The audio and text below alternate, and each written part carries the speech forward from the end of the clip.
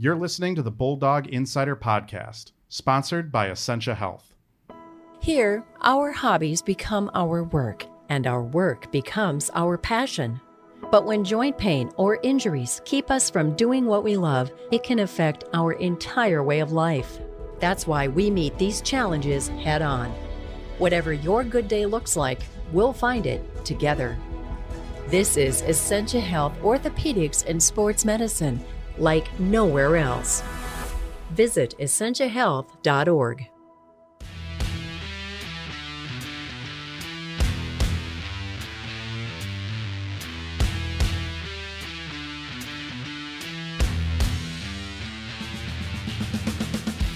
Hello and welcome to the Bulldog Insider Podcast, brought to you by Essentia Health. I'm Matt Wellens, the Bulldogs hockey beat writer at the News Tribune and the Rink Live. And I'm Zach Schnieder, the television voice of UMD Hockey on My Nine Sports. Also joining us this week is the voice of Bulldogs hockey on KDAL, Bruce Ciskie, who was, along with me, was able to beat the snowstorm back to from Marquette to Duluth over the weekend. That's correct. Despite popular demand, I'm back. Thanks for having me. We've received no feedback yet from anyone on Bruce's appearance. So let us know if you do like, if you want us to keep having Bruce on this podcast. I guess we can keep him around. That's trouble because apathy is death, as you know. I feel like, Bruce, the highlight of the weekend for you and I for a trip to Marquette was the fact that we got back from Marquette before it started snowing in Duluth. Should we just end it right there as our recap of the men's hockey series against Northern Michigan and have Zach talk about the women against Ohio State? I mean, honestly, might as well. I mean, Scott even said it to you, and you've been around long enough. I certainly have too, and Zach has as well, to know Scott's not going to make excuses. And even he has to say it now. We got to get healthy, and he's right. That's got to be priority number one. So, we'll see this week, and hopefully, what's been indicated is going to happen, and some bodies come back, and maybe they'll actually have some healthy scratches this weekend. Yeah. Second Saturday in a row, no healthy scratches for the UMD men's team. Ben Pat was good. I thought Ben Pat was good in goal, but after that, let's move on to the women's team. Zach, I think you got to see some much better hockey at Amsoil Arena with the Bulldogs taking on Ohio State. What were your kind of takeaways and impressions of the Bulldogs against the Buckeyes? Yeah, well, I mean, certainly compared to, what happened to the men on in Marquette, it was a better weekend for the women. They came out and dominated the number 2 team in the country on Friday night in a game that probably wasn't even as close as the final scoreline of 5-2. They jumped out to a 3-0 lead in the first period. That was 4-0 before Ohio State scored a couple late goals to somewhat make it interesting, but not really. They never really made a significant push in that game. And then the script kind of flipped on Saturday afternoon, and Ohio State pretty well dominated UMD. They jumped out to a big lead before UMD scored a couple third period goals. Again, not really a significant push that really made any difference in the final scoreline. So I think it's kind of good news, bad news for UMD. I mean, certainly on Friday, they looked like a team that could play with any team in the country. Ohio State's as good as they come, one of the best offenses, and they held them to 2 late goals. On Saturday, Ohio State played like you probably thought they would and could. So I thought it was 2 good teams, and I think it shows that the margin at the top of women's hockey, as it usually is razor thin. Those things can happen when you play good teams. But UMD has, beaten Ohio State, beaten Minnesota. They took Wisconsin to overtime. They're right there, and it's just tough, really tough to beat those teams twice in the same weekend. In the WCHA. So it was a fun weekend of hockey. Yeah, and we saw Wisconsin finally go down as well against the Gophers. This past weekend. That it's a 4-team battle at the top of the WCHA there. I'm not that I'm rooting against the Badgers, but it's nice to see that they're not just going to run away with the league here, that it's not the Badgers and then you got the Buckeyes, Gophers and Bulldogs, and the separation. There's not much there. Bulldog women, they take on the Gophers this weekend in Minneapolis. I think that's a really key series for them. The one win they do have over the Gophers is in overtime. It'd be nice to get a regulation win against the Gophers at Ritter. I think that would go a long way, not only for their standing in the WCHA, but as well in the postseason picture. The men, or what's left of them, we'll see who's healthy. We'll find out. You're going to listen to this podcast on Thursday. Hopefully by now, we have an injury report from Scott Sandelin, and he knows Wednesday. Scott always talks on Wednesday. He knows what he has, what's left of the UMD men's hockey team, what they have available. We'll take on Denver. And then I think the men are greatly looking forward to a 2-week break. Curious to hear what Maura Kroll says for the women. They had a 3-week break already and then going on a 2-week break. But I think everyone likes the time off for the holidays. Looking ahead quick to these series, Bruce, what does UMD need to do against Denver with whoever and whatever they have healthy? Need some consistency, I think, out of all four lines. It was a hallmark there for a bit, and I think the injuries and the illnesses probably played a role in it, but I don't think that they've been as consistent, even going back to the North Dakota weekend, probably around there. I thought that Friday game there, they played pretty well. Saturday was a good game as well.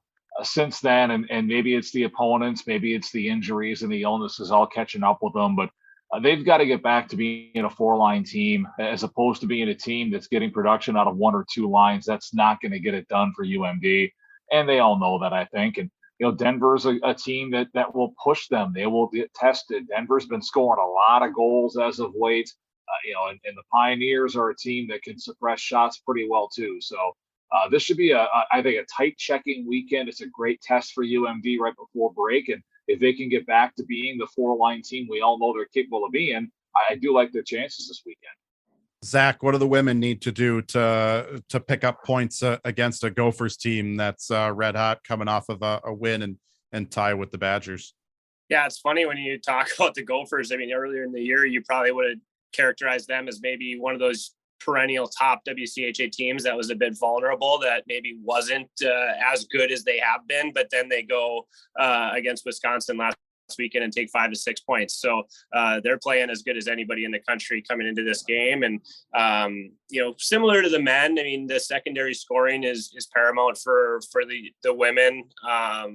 They got goals from Naomi Rogie and Annika Linster, part of that 3-goal first period on Friday that led to that win. But really, if this team can get 3-goal leads, obviously great, but if they can get up by 1 or 2 early on any team in the country, and I include the Gophers and Wisconsin, Ohio State, they're so much different. The women's team this year is not really built to chase games. If they get down by 2 or 3, and then you start double shifting that top line of Hughes, Klein, and Jaguar, and they're out there more than they have to be. But if you can get a goal, 2-goal lead, and you can play the Linsters, the Van Weerens, the Rogies, and they don't necessarily have to go out there and chase goals. They can just go out there and defend really well, clear pucks. Then this UMD team is really good. So if they can get a lead, then I think they have a really good shot at beating the Gophers once, even twice in Minneapolis. If they get down by a goal or 2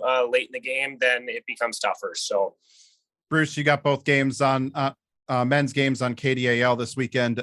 Zach, we got both men's games on My 9, correct? Yep, we're back with the men before the holiday break. So Judd and I will have those games on My 9 Sports Friday and Saturday. We're going to take a quick break. When we come back, I'll have my interview with Will Francis from Amsoil Arena. You're listening to the Bulldog Insider Podcast, brought to you by Essentia Health. Hey there, my name is Samantha Urkala, and I'm the host of the Duluth News Tribune Minute Podcast. Hear the most important news of the day, including weather and sports, from Duluth, Minnesota, and from around the Northland. Join me and my fellow reporters as we take you through the local news you need to start your day. Episodes are released Monday through Friday and are available on Apple, Spotify, and wherever you get your podcasts. Thank you for supporting local journalism. Welcome back to the Bulldog Insider Podcast, brought to you by Essentia Health. Matt Wellens at Amsoil Arena with this week's guest, freshman defenseman Will Francis. Will, 2 weeks now since you got those first games over the Thanksgiving weekend. Have you had some time to reflect on those games and what they meant to you? Yeah, quite a bit. Unfortunately, I came down with influenza right after, so I had a good week of, being by myself after and thinking about it. And, it meant a lot to me and my family. Obviously, it's a pretty special moment, I think, for anybody that went through what I went through. And yeah, it was awesome. And I had some family and friends here, so it was a lot of fun. What did you like most about your game, getting back out on the ice? When you go back and look at it and review and reflect on those games and the ice time that you got, what did you like most about your game, those 2 games against Alaska? I just liked kind of being back in that intensity of an environment. You can't replicate that in practice. And I thought I did well physically. And the second I just closed in on people in the D zone, I liked what I did there. And, I think a lot of that will translate into offense for our team. So, just looking back on it, just being big physical presence and being hard to play against. Are you saying the Beauty League doesn't exactly match up with the NCHC? Not quite. Yeah, no, there's no hitting, and it's a lot more skill. And, it gets intense at times, but yeah, it's more just kind of, guys try to get a lot out of it, but it's good skills summer skate. It's when Alex Stalock likes to experiment the most on his offensive game. We all know. What areas, when you watch your game, do you feel you need to improve on yet?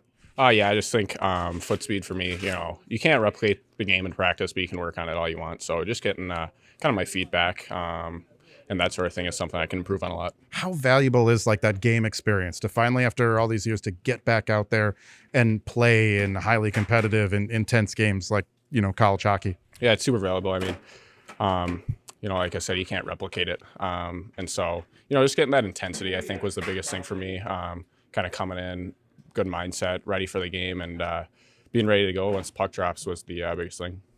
So last season, what were you able to do? You're cleared of cancer. What was that? July 9th was the date. Yep. What were you able to, especially it's a pandemic, it makes everything tougher. What are you able to do to start getting back into shape and prepare for, coming here to UMD?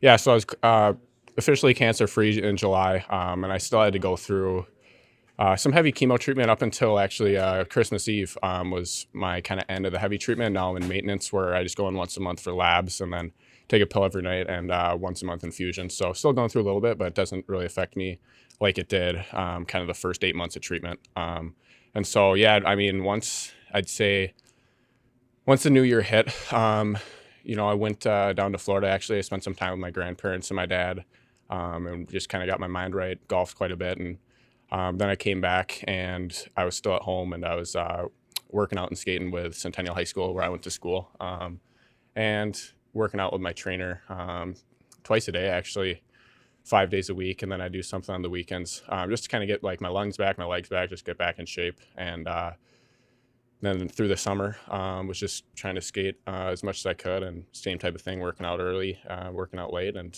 kind of just getting my overall strength back. Where were you at in your knee, rehabbing that knee surgery when the cancer diagnosis came? And was that still part of the process of getting back to where you want to be? Yeah, I think it was a little bit from a strength standpoint of just that leg kind of, being immobile for so long. I was cleared to skate on the Monday of the week I was diagnosed. So Monday and Tuesday I skated and was really tired. I thought, I haven't been skating for a while. I've been doing what I can to stay conditioned, but, I wasn't really moving my legs a whole lot.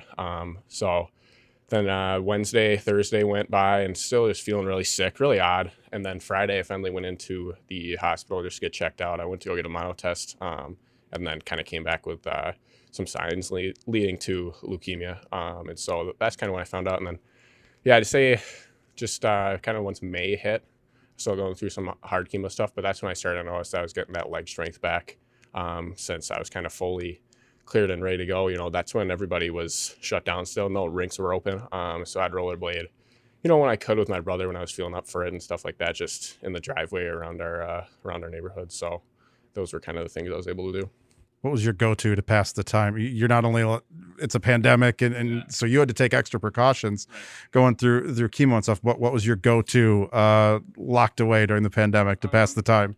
Yeah, I'd say for sure fishing. I live on a lake in Shoreview, Turtle Lake, and pretty good bass lake. And so, yeah, I was able to, go out there, whether it was just me and my brother, me and my dad, kind of fish more than I guess I ever have. Just, not being able to see too many people. A lot of my good buddies were going out and stuff. And, as much as I'd like to see them, I just couldn't put myself in kind of that sort of setting, just with the uncertainty of what was going around. So, I was fishing in the cities back home, and then I went up to the Boundary Waters once, up to Basswood, and Ely one time, went up to Shagwa. And I think that was about it. But yeah, I'd say probably fishing was the biggest thing I was able to do, and kind of put me in a relaxed mind as well.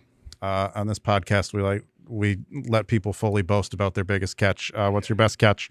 I've never caught a muskie. I haven't really gone after him too hard, but I have 29-inch walleye that I'm pretty proud of. So that's probably the best one I have. 29-inch walleye. We need to get a lot Bulldog Insider podcast fish board here, just to see if you guys are topping Coach, who's also a fishing expert here.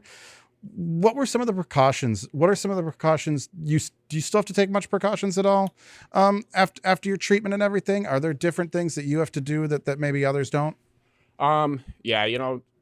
Still being immunocompromised, just being careful, of who I'm around. I'd say the biggest thing, I'm vaccinated, which helps.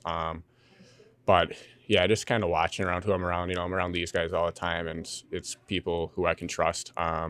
And then as well as kind of like my platelet count, I just have to watch, if that gets too low and I was getting a cut or something, I could lead to a lot of bleeding or something like that. So those probably be the two precautions I'd say right now that are the most. And once kind of all the blood numbers turn back to normal in July, when my treatment's fully over, then it'll be nothing. So yeah, just being immunocompromised, being careful who I'm seeing and who I'm around. So that'd be the biggest things. You're not the only one on this team who's obviously had to deal with cancer. Jarrett Lee, when he was in 8th grade, he had lymphoma. Zach Staskell now going through testicular cancer. I'm wondering, do you guys talk and share about your experiences? And have you been able to maybe be a bit of a resource for Zach as he just now starts this battle? Yeah, right away, I told Stezzy, I'm here if you need anything at all. I've been through the battle and pretty recently as well. So yeah, I'd say, I've talked to Stezzy about it. He obviously has questions just about different types of chemos they'll give him. And I looked into his treatment a little bit, and some of the stuff was the same, but obviously it's different he had a surgery to fix what he had going on. And so, yeah, I'm able to kind of connect with him, and I'd say help him out quite a bit. Is there a bond? That's great. Again, Jarrett going through this when he was in 8th grade, and you shortly after high school, Zach now college. It's got to be nice for all you guys to have resources that could talk about this stuff. Yeah, for sure. I think, it makes it easier for all of us having someone to talk to that's been through it and can relate to you. That's probably the hardest part for me is I just had nobody to relate to. I can ask my dad all the questions in the world, but he doesn't know. So yeah, it's nice to have a couple guys who you can talk to and relate. So it's good. Hockey players as well makes it nice so that they know what they're coming back into here. Some quick hits to close this out here. Why'd you originally pick UMD? What was it about this school? I just felt super comfortable, I'd say, with the coach staff right when I met him. It's also been, I'd say for me, a lot of kids from the cities maybe want to go to the U. But I've always kind of had my eyes set on UMD, and once the opportunity arose itself, it's a pretty easy decision. Pretty familiar with the area. My parents have a cabin in Lutzen, so Duluth's always been a middle point for us. I'd say, it's unbelievable hockey culture. I think it's probably easily the best in the NCAA from what I've heard, from my other buddies who are at different schools. Maybe they're unhappy about this or that, but I have nothing bad to say here, but liked it so far. What are you studying at UMD? I'm a communications major. Communications, good. Maybe recruit you to do some more work on this podcast then in the future. If you could do a name, image, likeness, and NIL deal with any company, pick any company out there. I always say on this podcast, and I just keep dropping it because maybe they'll hear one day. I would do Apple. Who would you pick? Okay, yeah. I'd probably try to, I'd say, this is a tough one. I'm trying to think of what I really like. Maybe like Carhartt. I like their clothes a lot. I think that'd be a good one. They have some good winter clothes, especially for up here, and it's been below zero every night. So yeah, I'd say Carhartt. That'd be good stuff to come in handy too. Help you during ice fishing as well. The NCHC is looking for a new commissioner. I'm gonna start throwing this out to all you guys. Who on this team would you nominate to be the next commissioner of the NCHC? I think it's a pretty easy decision, actually. I think a lot of guys would have the same answer. It'd be Ben Pat. Yeah, pretty good leader, and I think that's something that he'd like as well. Yeah. There we go, Ben Pat, 6th year senior, and first ever player commissioner of the NCHC. Thank you so much, Will, for joining me. I appreciate it. Yeah, thanks for having me. Appreciate it. We're going to take another break, and we'll have more on the Bulldog Insider podcast. I'm McHatton. I'm Jess Myers, and we are the co-hosts of the Rink Live podcast. We really pride ourselves on finding some unique guests and covering some of the topics of the day, not only in college hockey, but kind of across a broad spectrum. Yep, we also talk junior hockey. We'll get some of that talk in there as well. Women's hockey, men's hockey. We try to talk to people from throughout the game and actually from all over the country. That's been one of the great things on Zoom. And Mick and I are kind of OG the Rink Live guys. We were here from the start, about 3 years ago now when things got off the ground, but we brought a fair amount of college hockey experience to this job. I went to Minnesota Duluth. I covered college hockey starting then when I was a student. I've covered the Frozen Four 28 times, and I primarily cover the Minnesota Gophers now for the Rink Live, but dabble in a little bit of everything. And I've covered St. Cloud State hockey. Now this will be my 12th season. So please check us out on the Rink Live podcast on Mondays. Welcome back to the Bulldog Insider podcast, brought to you by Essentia Health. I'm Matt Wellens, joined by Zach Schnieder. Bruce Ciskie also joins us. Guys, huge news in college hockey dropped last week that NCHC commissioner Josh Fenton will be leaving the league after 9 seasons in April. He's heading to the Multi-Sport Summit League, which already has a couple NCHC members in North Dakota, Denver, and Omaha. But the NCHC is going to be looking for a new commissioner, third commissioner search, I guess, for the league after the storied Jim Scheer tenure there at the start of the league. Josh Fenton met with the media, both Summit League and NCHC media on Tuesday. He's like transitioning here for a few months. For people who aren't familiar with this story, he's going to start as a consultant with the Summit League before taking over as their commissioner in April. He's going to finish things out for the NCHC. He didn't have any details during the media availability about the league's process that they're going to go through. But I'd be shocked if the three of us weren't contacted by the headhunter that eventually, starts trying to find candidates for the leagues. All good headhunters know we're available, I'm sure. Make your case. Each of us are going to make our case to be the next commissioner of the NCHC. I could start.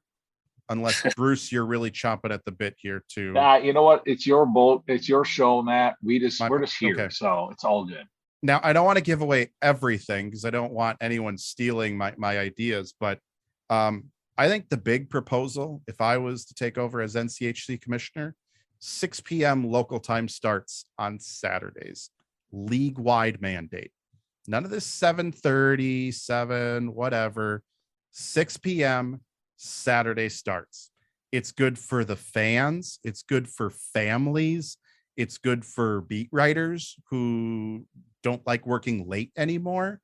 I think that's my big initiative. If I were NCHC commissioner, I would mandate 6 p.m. starts on Saturdays across the league. I'm open Fridays. We can leave it open yet. I get it. I'd love 6 p.m. starts on Fridays as well. But I don't want to abuse my power. I don't want, because that's not the type of commissioner I would be. I would not abuse my power in any way like that. I understand St. Cloud likes those 7:30 starts. Fine, I'll let you have it. I'm not a big fan of it. I would advise them to reconsider, but 6 o'clock starts on Saturday. That's my big thing because I'm doing it for the families, guys. I'm doing it for the families, so they can get to games. The families with young children. As a father of a young child, is that a good proposal? Giver. I am. You're such a giver, Matt. I'm it's a giver. Amazing. About the families and the fan experience. Which I tip my cap. Josh Fenton. Josh, one of the things that I really liked about Josh as commissioner is I feel like he did put fan experience really high up there as commissioner of the NCHC. He's not just there to cater to the coaches, and he put student athlete experience up there as well. Student athlete experience is probably number one for him. Number two is the fan experience, and I think that's what made the NCHC so great these last 8+ years with him at the top, is fan experience. So I'm just trying to tweak it. Not going to rock the boat too much. Just tweak it a little bit. Bruce, make your case to be the next commissioner of the NCHC. Well, actually, was thinking about the 6 p.m. local time starts on Saturdays, but it would have been completely for selfish reasons. I perfectly am fine with the hour earlier starts. I think they're great. But since you took that idea, and that's perfectly fine, we all remember last year with the pod, and one of the cool things about the pod was that there were 2, sometimes even 3 games in a day. So what we're doing is we're bringing back a showcase event every year. Everyone's going to gather in one place, and I got the perfect spot. The Ice Palace in Honolulu, Hawaii. Every year, annual showcase event at the Ice Palace in Honolulu. Might not have a lot of seats. We don't need a lot of seats for this thing. We're gonna have some fun in Hawaii. I kind of like the idea of an early season like showcase more than I like the late season conference tournament. I have whole crazy postseason ideas as well that I would pitch to completely revamp the NCAA tournament and conference championship weekends and such and such. But I do like the idea of the showcase. I love the pod. It was fun to have multiple games out a day at all hours. But Hawaii, Bruce, you're kind of stretching. You're not being a very fiscally conservative conference commissioner here. I never have been known for that, so that's good. Making the league go all the way out to Hawaii. Why can't we just do it? Duluth's great in the fall, why can't it be done somewhere maybe a little closer to home? Okay, well, compromise. We'll use Henderson's new rink in Nevada, the new AHL facility there. How's that? It's close enough to Vegas. It's close enough. Yeah. I feel like you said you don't want to do things for your own selfish reasons, but I feel like you're trying to get yourself a trip here. I don't know why you're striving to go. The weather's nice in the fall. I mean, this would be an October showcase you're talking about? Dude, it's nicer in Hawaii, okay? You can't argue that. I mean, it's probably always nicer in Hawaii, yeah. Right. No, in all seriousness, I do think a showcase that there's got to be a way to make it work where you rotate different sites around the league. Everyone gets a chance to host it. I think most of the rinks could probably Omaha wasn't exactly perfect for it, and they made it work. I think you could find a way to make it work for a week or whatever you end up doing it for. I think it's doable to have something like that rotating around the league. Everyone gets a crack at hosting it. All the fans get a chance to see, 2-3 games a day in their venue. It'd be kind of cool. Yeah, I don't know if there's enough hotels in Oxford, Ohio to host the entire league, but there's some in from Dayton. It's fine. There's that resort. Yeah, I'll bring my camper and stay at that state park just outside of town there. I got an extra bed if someone else if Schlossman needs to crash with me in the camper for a couple of weeks. Zach, you're the idea guy of this podcast.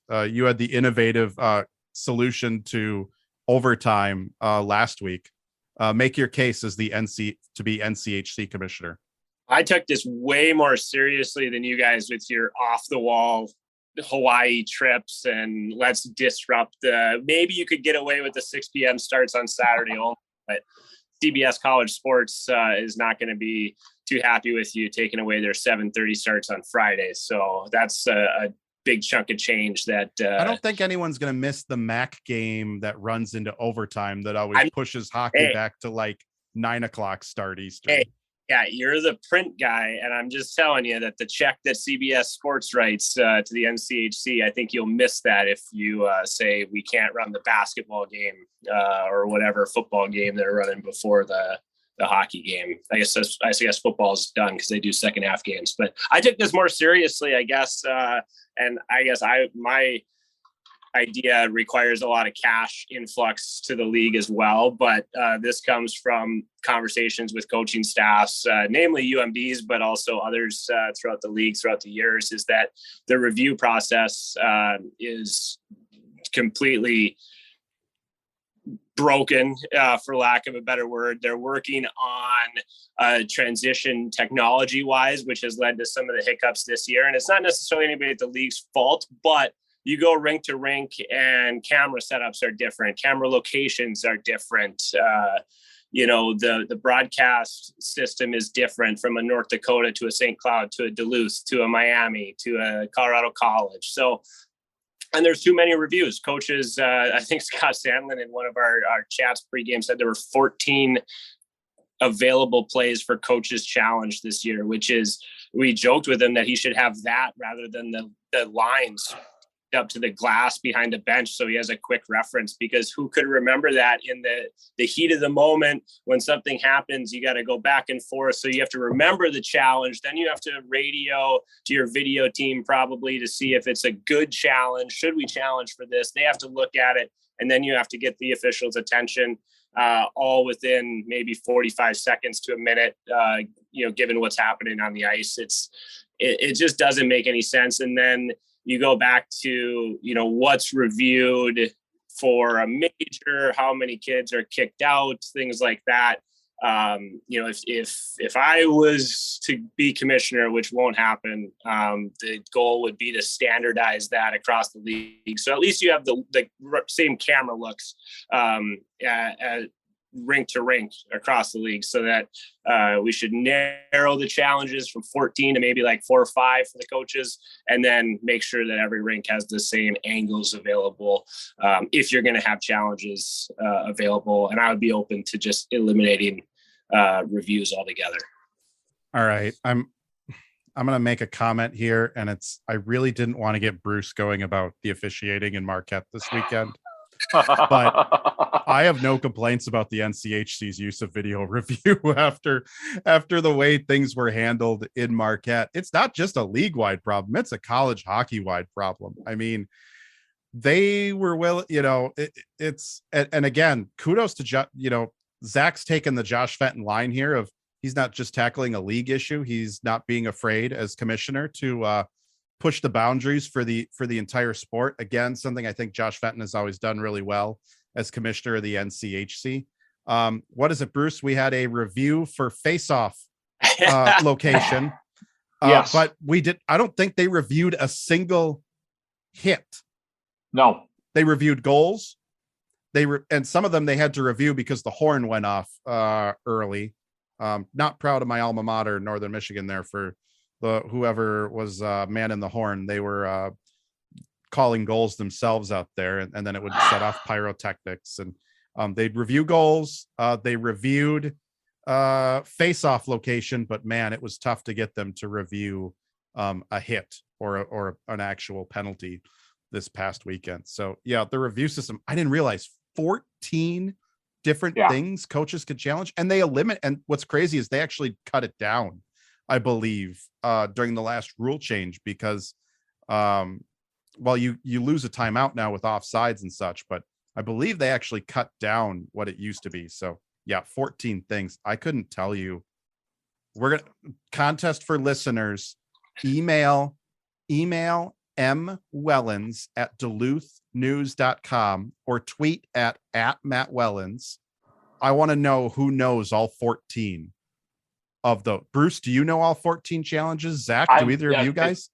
I was just looking them up. So I keep a copy of the rule book on my laptop, and I have it available for every time I'm calling a game, because number one, I don't remember everything that can be challenged. Number two, I don't remember all the rules, because my time covering the sport, I've worked with USA Hockey, I've worked with the NHL. I've had to learn those rule books as well, and there are things that are different. So I keep a rule book always handy, because you just never know what's going to happen during a game. I just try to sit close to an NCHC director of officials so I could just bother them. I'm looking at the rule book right now, and I can tell you the 14 things, but there's no way off the top of my head I ever could have named more than 5 or 6 of them. All right, listeners, send us. I have Rink Live beanie hats. If someone can, without looking it up, honor system, if you can name all 14 of them off the top of your head, all kudos. I'm curious if I almost want to ask Scott Sadlin during media availability this week if he can name all 14 off the top of his head. There's no way he can. No, he can't. I can tell you he can't. I don't think he can. And Matt, I wouldn't ask him that question based on what the two of you have said about the officiating this past weekend. Maybe wait until he's back from the holiday break. All right. We'll save that one for a day that Scott's in a good mood. You can do your job however you want. Just my friendly. Here's one for you guys. Let's see if you know this one. I don't know. I can't remember if I brought this up to either of you, but so let's say UMD is defending a 1-goal lead, and the other team has its goaltender pulled. UMD ices the puck, and the other team calls its timeout because there's 35 seconds left and they can't take it home with them anyway. Can UMD change on that timeout? No, because this rule came up recently. So it happened with North Dakota in one of their games against Bemidji. I don't know if it was one of the games, the regular season games, or the exhibition game they played, but Bemidji called its timeout on a North Dakota icing, and North Dakota wanted to change, and North Dakota, Brad Berry, didn't know the rule, because why would you know that off the top of your head? And the official luckily knew the rule and had to explain it to Brad Berry because he didn't know it. I'm just glad the official know the rule. We're running long here. We got to wrap this up. Guys, what former Bulldog player would you like to see apply for the NCHC commissioner job or be contacted by the search committee? Bruce? Boy, that's a good one. I vacillated between about 3 or 4 different guys. I'm going with Carson Coleman. I think that he would be tremendous for the league and for the game if the playing career decides he's decided to hang it up the way Adam Krause did a few years back to become a coach. If Coleman just decides, I'm done. I've done all I'm going to do as a player. Let's get into running this league. I think he'd do a great job. Zach, who would you take? I came up with 2. One, a bit older, Norm McIver, if he ever wanted to give up his really great NHL job to come back to college hockey. I think he would be great. I think Andy Walensky would be really good in that role as well. That was the other one I came up with, more of a younger name. Yeah, Andy Walensky. I like his calm demeanor. That name popped up into my head. You know who I cheated and wanted to pick? He's not a former player, but he is the father of a former player. Jim Perunovich would be a fantastic. That would be a show. Jim Perunovich. He was great on Bally Sports Midwest or whatever it was the night Scott made his debut with the Blues. All right, mine. I want a strong business guy at the top, at the head of the league. So I'm actually not going with a former Bulldog. I'm going with a current Bulldog. I'm going with Ben Pat. Ben Pat is commissioner of the NCHC. Everyone said he's the smartest business guy out there. He just led a tremendous fundraising campaign that raised over $11,000 for Movember. Patter, you've heard him on this podcast. We had him a couple of weeks ago at a press conference, or at the UMD Weekly press conference. He's good on the mic. I think Patter would knock it out of the park. Not as experienced maybe as some people would like, but I mean, he has been in college hockey for 5 years. He could be a player commissioner next season. Actually, he could still be the Bulldogs third goaltender, and also be a commissioner, first ever player commissioner. All right. What former or current college hockey coach would you nominate for commissioner? By the way, I can't give Scott Sandelin's specific response on this podcast because it's a somewhat family podcast. I did jokingly ask him after Saturday's game, and his answer was no. I mean, there was another word attached to that, but it was no. So don't throw Scott Sandelin out there. Guys, what former or current college hockey coach would you nominate for the job? Zach, you get to start on this one. This one's easy. Frank Serratori. I had one person, I believe it was Chris Peters on Twitter, replied back, the Serratoris, either one of them. Yeah, but they could be co-commissioner as far as I'm concerned, but I love Frank Serratori. I mean, I think coaching is, probably for all the, 60 some odd coaches, coaching is their true passion and their calling. But if he ever wanted to step away from that, he would be fantastic. He's good for the game. He gets it. It's about something bigger than him and his program. Always, when they're in the NCAA regional, he's always talking about what's good for college hockey, not just what's good for Air Force. So, maybe they should make a play for him and see if he's ready to step away from coaching, but I don't think he is. Don Lucia and Frank Serratori as a commissioner. We go from Iron Range college hockey coaches to Iron Range commissioners. Bruce, who's your nominee? So the first 2 names that popped into my head were Mike Surdich and Dean Blaze, and then I thought, either of them I think would be fantastic at it. But I'm going to go with Mike Kemp, the former coach at Omaha, now the Associate 80 there, Duluth native. He is a salt-of-the-earth individual. He has been around this game for a very long time. He is instrumental in helping get this league up and running, getting Omaha into it. I think Mike Kemp would be a tremendous commissioner in the NCHC. Yeah, Mike Kemp, Brad Schlossman's already mentioned him. He's the first name that comes to my mind as well. He was instrumental in getting that pod together in Omaha. I don't know where Mike is at his career, whether he's happy being on a college campus or wants to take over the league and for how long he'd want to do the job. But yeah, Mike Kemp would be the guy as well. Dean Blaze would also be fun. Let's just be honest here. Dean Blaze would be fun as well. So I think Blaze would be fair. It also would be interesting to see both Scott Sandlin and Brad Berry have to go argue something about the league to Dean Blaze to see how that would go. So, all right, we're going to wrap things up there. It's been a long podcast. Thanks to Bruce and Zach for talking Bulldogs hockey with me again this week. Bulldog Insider comes out every Thursday, and you can find us on Apple Podcasts, Spotify, or wherever you get your podcasts. Subscribe and rate us. For more Bulldogs hockey coverage, visit therinklive.com and DuluthNewsTribune.com. Thanks to our sponsor, Essentia Health, for their continued support of the Bulldog Insider podcast. We'll be back next week. Thanks for listening.